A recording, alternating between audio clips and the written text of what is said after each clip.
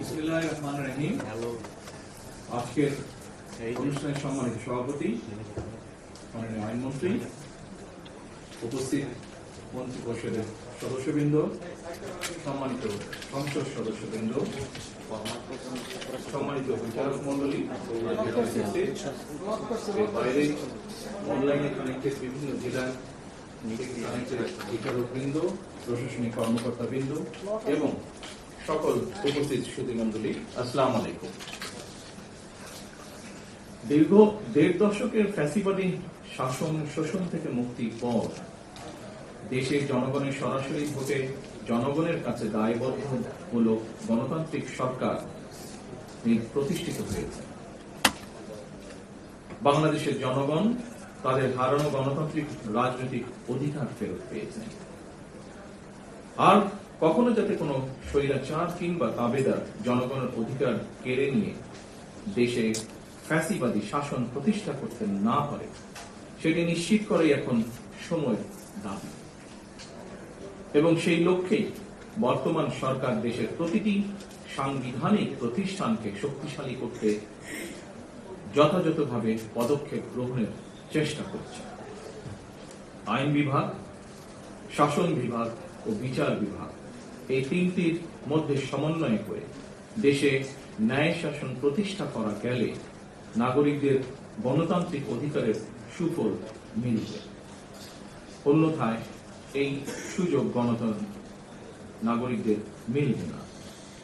সামাজিক ভারসাম্য, সমতা এবং অধিকার নিশ্চিত করতে ন্যায় প্রতিষ্ঠা আধুনিক রাষ্ট্র ব্যবস্থার অন্যতম উপাদান, যা মূলত নৈতিকতা, আইন এবং মানুষের প্রাপ্য অধিকার প্রতিষ্ঠার একটি মৌলিক দিক।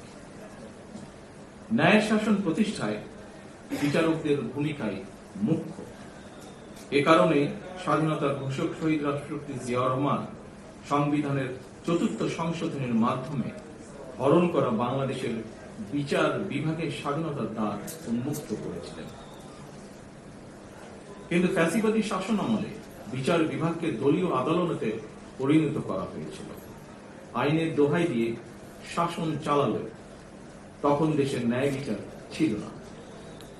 ২০২৪ সালের আগস্ট মাসে দেশের স্বাধীনতা প্রিয় মানুষ অন্ধকারের শাসন থেকে মুক্তি পায়। সুতরাং বর্তমান সরকার এবার দেশের ন্যায় শাসন প্রতিষ্ঠার মাধ্যমে জনগণের ন্যায় বিচার পাওয়ার অধিকার প্রতিষ্ঠা করতে বদ্ধপরিকর।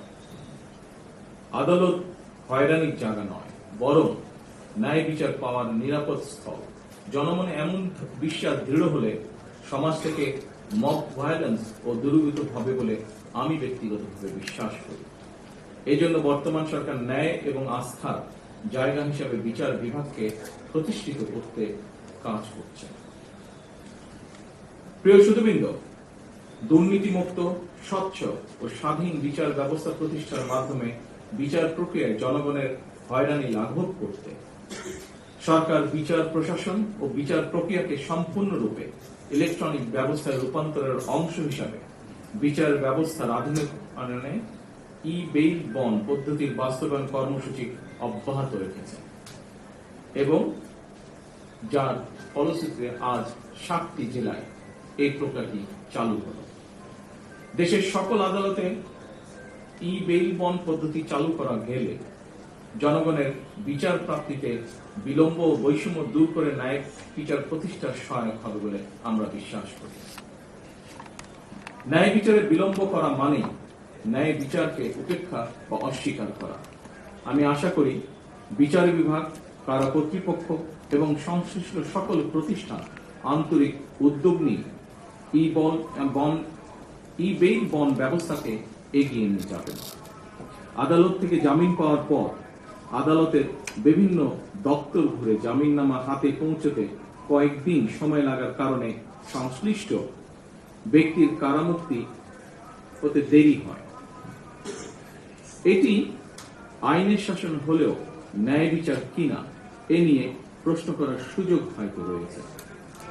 ফ্যাসিবাদী শাসন আমলে আমরা দেখেছি আইনের দোহাই দিয়ে এমনকি রাতের বেলা আদালত বসিয়ে ভিন্ন দল এবং মতে শত শত মানুষকে শাস্তি দেওয়া হয়েছে। সেগুলো অবশ্যই ন্যায় বিচার ছিল না, বরং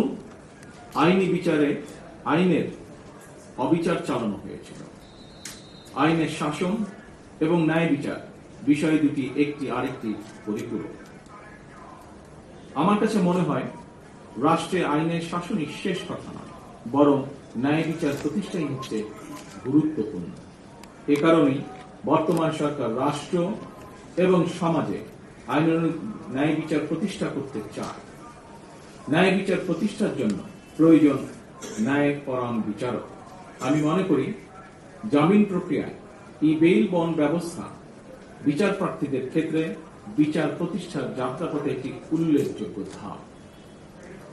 উপস্থিত আইনজীবী বৃন্দ, জামিনের নথি অনলাইনে দাখিল করা ইলেকট্রনিক জামিননামা বা বেইল বন্ড পদ্ধতির মাধ্যমে অল্প কিছু সময়ের মধ্যেই জামিননামা সংশ্লিষ্ট ব্যক্তির কাছে পৌঁছে যাওয়ার ফলে বিচার প্রার্থীদের হয়রানি লাঘব হবে ইনশাআল্লাহ। আগে একটি জামিননামা সম্পন্ন করতে আদালত থেকে জেলখানায় পৌঁছানো পর্যন্ত আইনজীবী, মোহরি, ম্যাজিস্ট্রেট, পুলিশ, পিয়ন সহ নানা পরিক্রমায় কমপক্ষে 13টি ধাপ পার হতে হতো, বা যা এখনো বিভিন্ন জায়গায় হচ্ছে। বেইল বন্ড পদ্ধতি চালুর পর এখন সংশ্লিষ্ট ব্যক্তির কাছে জামিননামা কিছু সময়ের মধ্যেই পৌঁছে যাবে। এ কারণে বর্তমান সরকার সারা দেশের সকল আদালতকে বেইল বন্ড পদ্ধতির আওতায় আনার সিদ্ধান্ত নিয়েছে। এরই অংশ হিসেবে আজ থেকে বগুড়া, ঝিনাইদহ, যশোর, মাগুরা, রাজশাহী, নাটোর ও কুষ্টিয়া এই কটি জেলাতে আদালতের কার্যক্রমে বেইল বন্ড পদ্ধতি চালু করা হলো।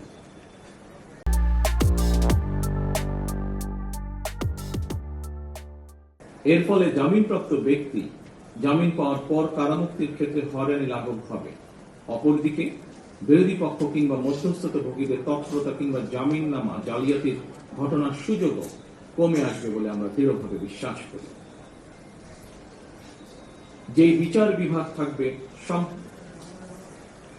সম্মানিত উপস্থিতিবৃন্দ, একজন বিচারক যেহেতু জামিন আদেশটি যাচাই করে সরাসরি অনলাইনে কারা প্রশাসনের কাছে পাঠাবে, সেহেতু কারা প্রশাসন জামিন আদেশ পাওয়ার সাথে সাথে সংশ্লিষ্ট ব্যক্তিকে কারা মুক্তি দিতে সক্ষম হবে। ফলে বেইল বন্ড বা ইলেকট্রনিক জামিন নামের ব্যবস্থা বিচার ব্যবস্থায় জনগণের অহেতুক হয়রানি এবং দুর্ভোগের অবসান ঘটাবে। বেইল বন্ড সিস্টেমকে পুলিশের সিডিএমএস, আদালতের কেস ম্যাজিস্ট্রেট সিস্টেম এবং ন্যাশনাল আইডি কার্ড ভেরিফিকেশনের সাথে যুক্ত করার বিষয়টিও আমাদের সরকারের পরিকল্পনার ভিতরে রয়েছে। জনদুর্ভোগ লাঘবের উদ্দেশ্যে বিচার ব্যবস্থার পুরো প্রক্রিয়াটিকেই বর্তমান সরকার কম্পিউটারাইজ সিস্টেমের আওতায় এনে বিচার বিভাগে মডার্নাইজেশনের উদ্যোগ অব্যাহত রাখবে ইনশাআল্লাহ। উপস্থিত আইনজীবীবৃন্দ, গায়েবী মামলা, ভুয়া ওয়ারেন্ট এবং ওয়ারেন্ট রিকল না হওয়ার অজুহাতে অতীতে বিরোধী দল বা ভিন্ন চিহ্ন মতের হাজার মানুষকে নানাভাবে হয়রানি করা হয়েছে। বর্তমান সরকার বিচার ব্যবস্থায় অনলাইন প্ল্যাটফর্মের মাধ্যমে প্রোডাকশন ওয়ারেন্ট, রিলিজ অর্ডার এবং থানা থেকে ওয়ারেন্ট রিকলের কাজ সম্পন্ন করবে ইনশাআল্লাহ। এটি করা সম্ভব হলে এক জেলার অভিযুক্ত আসামি অন্য জেলায় গ্রেফতার হলে অনলাইনে দ্রুত উপনথি প্রেরণের মাধ্যমে জামিন শুনানি সহজ করা হবে। ফলে পুলিশি হয়রানি বা ভুয়া ওয়ারেন্টের মাধ্যমে সাধারণ মানুষকে বন্দী করে রাখার যে অপসংস্কৃতি, তা উৎপাদন করা সম্ভব হবে বলে আমরা বিশ্বাস করি। প্রিয় দেশবাসী ও আইনজীবী বৃন্দ, শুধু প্রযুক্তির উন্নয়নই নয়, আমরা মানসিকতারও উন্নয়ন চাই। আমরা এমন এক বাংলাদেশ গড়তে চাই যে বিচার ব্যবস্থায় প্রধানমন্ত্রী কিংবা মন্ত্রী, পুলিশ কর্মকর্তা কিংবা কর্মকর্তা এবং একজন সাধারণ নাগরিকের মধ্যে কোনো তফাৎ থাকবে না। যে বিচার ব্যবস্থা থাকবে সম্পূর্ণ স্বাধীন এবং ন্যায় বিচার প্রতিষ্ঠার অন্নবদ্র পাদপীঠ। আমরা বিশ্বাস করি access to justice for all. ন্যায় বিচার কোনো দয়া বা করুণার বিষয় না, এটি প্রতিটি নাগরিকের সাংবিধানিক অধিকার। আজকের এই ডিজিটাল উদ্যোগ সেই অধিকার প্রতিষ্ঠার পথে একটি বিশাল মাইলফলক। আমি আইন মন্ত্রণালয়, কারা কর্তৃপক্ষ এবং এই সিস্টেমের নেপথ্যে কাজ করার সকল আইটি বিশেষজ্ঞ ও কর্মকর্তাদেরকে জানাই আন্তরিক ধন্যবাদ। একই সাথে আমাদের মাননীয় আইনমন্ত্রীকেও আমি ধন্যবাদ জানাই, কারণ আমি জানি এই বিষয়টির সাথে উনি ব্যক্তিগতভাবে জড়িত। উনি ব্যক্তিগত উদ্যোগ নিয়ে এই বিষয়টি সম্পূর্ণ বিষয়টিকে ত্বরান্বিত করার জন্য অনেকদিন ধরে কাজ করছেন। আপনারা এই প্রযুক্তিকে সাদরে গ্রহণ করে বিচার প্রার্থীদের দ্রুত সেবা নিশ্চিত করতে অগ্রণী ভূমিকা পালন করবেন। আইনজীবী এবং বার অ্যাসোসিয়েশনের সকল সদস্যের প্রতি আমি এই আহ্বান রাখছি। আসুন আমরা সকলে মিলে একটি ন্যায়ভিত্তিক, স্বনির্ভর, সমৃদ্ধ, গণতান্ত্রিক বাংলাদেশ গড়ে তোলার জন্য কাজ করি। একই সাথে এখানে আরেকটি বিষয় আমি উল্লেখ করতে চাই। মাননীয় আইনমন্ত্রী সহ এখানে বিভিন্ন প্রশাসনিক কর্মকর্তাবৃন্দ উপস্থিত আছেন, বিশেষ করে যারা জেল কর্তৃপক্ষের সাথে বা সেখানে যারা কাজ করেন। আমি নিজেও 18 মাস জেলে ছিলাম। আমার একটি অভিজ্ঞতা আপনাদের সাথে খুব সংক্ষেপে আমি শেয়ার করতে চাই। আমি দেখেছি জেলখানায় যতজন মানুষ বন্দী, কয়েদি, যেভাবেই তাদেরকে আমরা ডাকি না কেন, তার মধ্যে আমার অভিজ্ঞতা হচ্ছে প্রায় 30% মানুষ আছে গরিব মানুষ, যারা বিভিন্ন কারণে জেলে গিয়েছে। এই মানুষগুলো ঠিক জানেও না তারা কি কারণে জেল খাটছে, এবং বহু মানুষ তারা শুধুমাত্র অর্থনৈতিক কারণে একজন ভালো লয়ার নিযুক্ত করতে পারছে না বলে, তার ফ্যামিলি সেটি এফোর্ড করতে পারছে না বলে এই মানুষগুলো প্রায় 30-35% মানুষ বিনা কারণে জেল খাচ্ছে। আমি মাননীয় আইনমন্ত্রীকে অনুরোধ করব এই বিষয়টিকে কিভাবে আমরা অ্যাড্রেস করতে পারি, কিভাবে এই নিরপরাধ মানুষ, এই মানুষগুলোর মধ্যে যদি কেউ নিরপরাধ থেকে থাকে এবং যারা একজন প্রপার লয়ার, একজন ভালো লয়ার এফোর্ড করতে পারছে না, এই মানুষগুলোকে কিভাবে আমরা এই বন্দি দশা থেকে বের করে আনতে পারি, এই বিষয়টি আমি ওনাকে বলবো অনুরোধ করে দেখার জন্য। উপস্থিত সম্মানিত সকল উপস্থিতবৃন্দ, আমার এই বক্তব্য রেখে আজকে আমার বক্তব্য শেষ করছি। সকলে ইনশাআল্লাহ ভালো থাকবেন, সুস্থ থাকবেন। আল্লাহ হাফেজ।